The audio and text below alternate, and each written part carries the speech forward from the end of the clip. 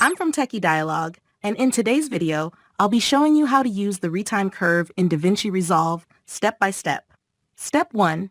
First, select the clip you want to adjust in your timeline. Then, right-click on it and choose Retime Controls. This will show the speed percentage above your clip, allowing you to make quick speed adjustments. For more precise control, click the small drop-down arrow next to the speed percentage and select Retime Curve. This will bring up a graph where you can smoothly manipulate the speed, avoiding abrupt changes. Step 2. In the Retime Curve panel, you'll see a straight line representing your clip's speed. To create a speed ramp, click anywhere on the curve to add a keyframe. Then, drag the keyframe up to speed up the clip or down to slow it down. And that's it! Now you know how to use the Retime Curve in DaVinci Resolve to add professional speed effects to your videos. Thanks for watching, and I'll see you in the next video.